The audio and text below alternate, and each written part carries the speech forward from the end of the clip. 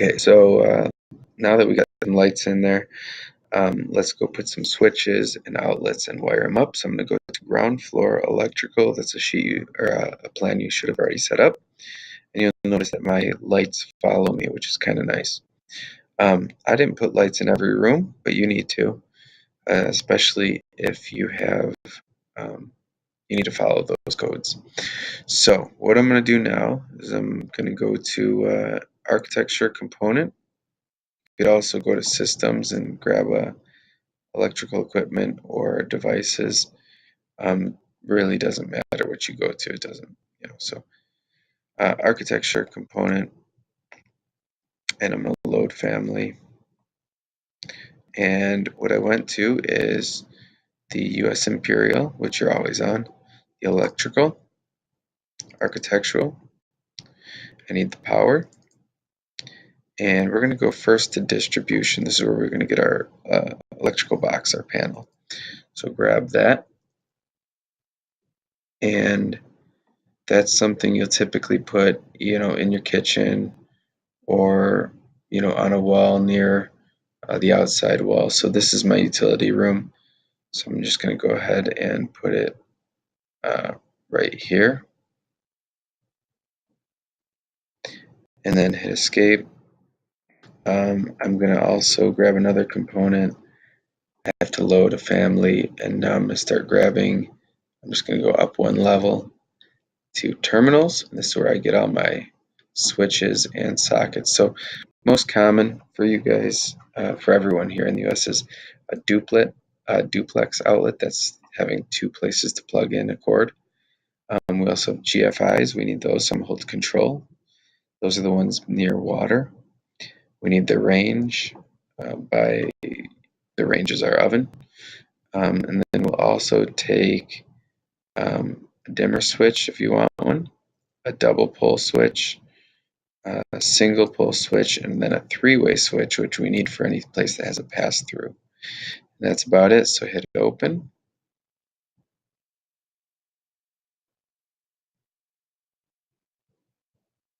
And those are loading. So I'm going to start out with putting my outlets. So let's go over here and just put some outlets. The first outlet I'm going to put is my range outlet. Let's see.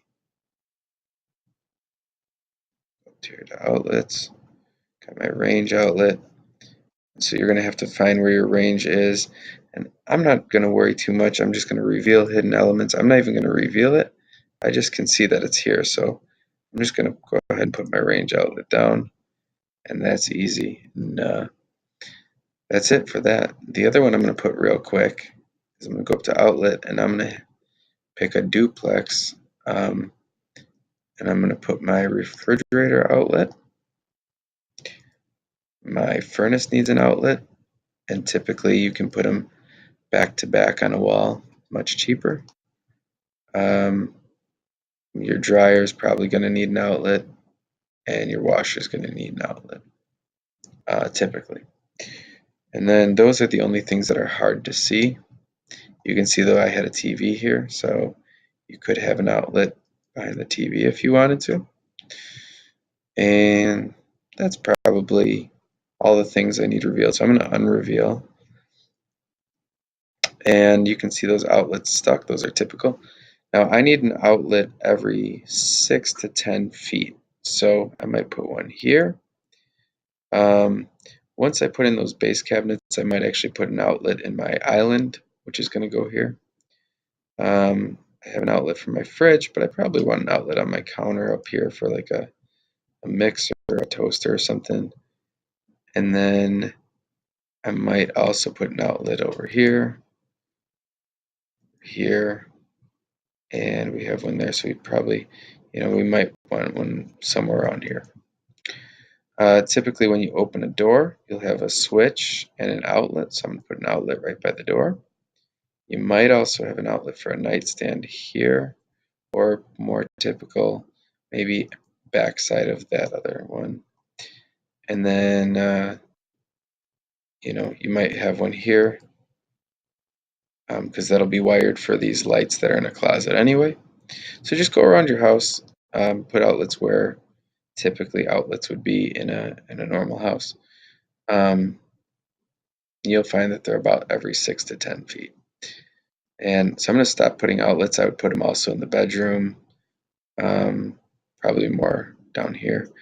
And then, of course, just like anything else, you can move these after the fact. So next, I'm going to put in some outlets component. I'm going to put in some outlets for the places near water. So those have to be GFIs if they're near water so that you don't electrocute yourself. So actually this one for the washer should probably be a GFI. I'll do that later. There should be one near the sink for garbage disposal that's a GFI.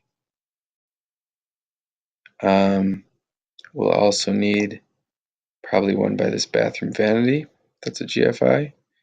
And so anyway, you may have forgotten, but there's a vanity there. There's also a vanity up here, so I'll put a GFI up here. That'd be for guests, plugging in their curling iron, that type of thing. That would probably be all the GFIs I need. And the reason you wouldn't make everything a GFI is because GFIs are real expensive compared to regular outlets that are about $1.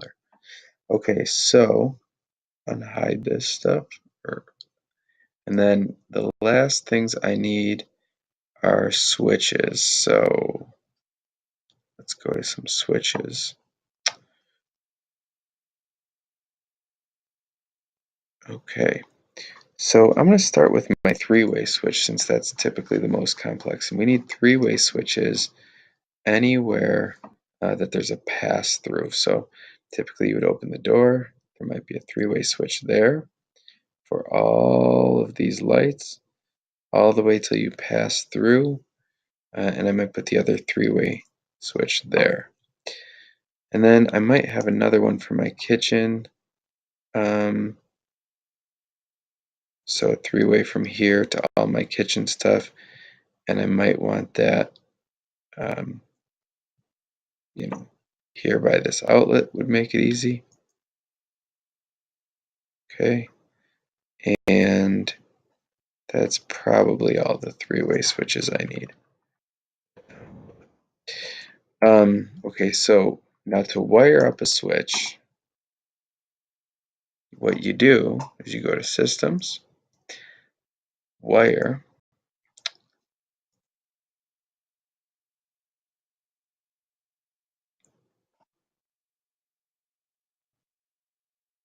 and you know what, I didn't get a chance to show you. Systems, Wire, do a spline wire, and that allows you to curve it.